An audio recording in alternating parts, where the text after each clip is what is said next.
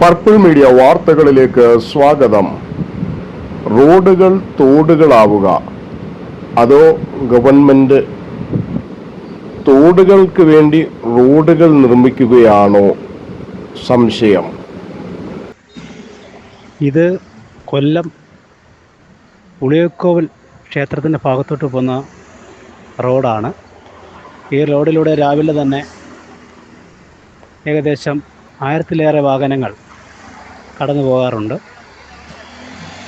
ഉളിയക്കോവിൽ ക്ഷേത്രത്തിൻ്റെ ഭാഗത്തേക്ക് പോകുന്ന സ്വകാര്യ ബസ്സുകൾ, മറ്റു വലിയ വാഹനങ്ങൾ, കാറുകൾ, ഓട്ടോറിക്ഷ, ഇരുചക്ര വാഹനങ്ങൾ, ബൈക്ക്, സൈക്കിൾ തുടങ്ങിയവ ഈ വഴി യാത്ര ചെയ്യുന്നതാണ്.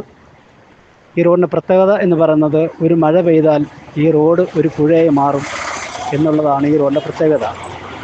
ഈ റോഡ് പുഴയായി കഴിഞ്ഞാൽ പിന്നെ ഇതുവഴി വരുന്ന ഇരുചക്ര വാഹനത്തിൽപ്പെട്ട ആളുകളുടെ ജീവിതം അല്ലെങ്കിൽ യാത്ര വളരെ സാഹസികമായ രീതിയിലായിരിക്കും.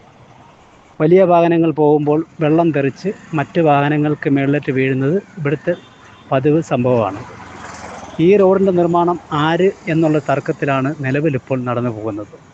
കാരണം 3 ഡിവിഷൻ, അതായത് കോർപ്പറേഷൻ്റെ 3 ഡിവിഷൻ സംയുക്തമാവുന്ന ഒരു റോഡ് കൂടിയാണ് ഇതെന്നുള്ളതാണ് ഇതിൻ്റെ പ്രത്യേകത.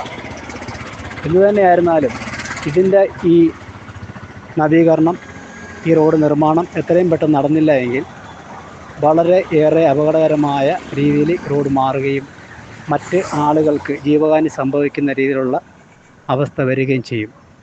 ബന്ധപ്പെട്ട അധികാരികൾ ഇത് കണ്ട് ബോധ്യപ്പെട്ട് ശ്രദ്ധയോടെ എത്രയും പെട്ടെന്ന് ഇതിന് നടപടി ഉണ്ടാകുമെന്നാണ് ഈ പ്രദേശവാസികളായ ജനങ്ങളും ഇതുവഴി യാത്ര ചെയ്യുന്ന ആളുകളും പറയുന്നത്. പർപ്പിൾ മീഡിയ ന്യൂസ് ബ്യൂറോ, കൊല്ലം.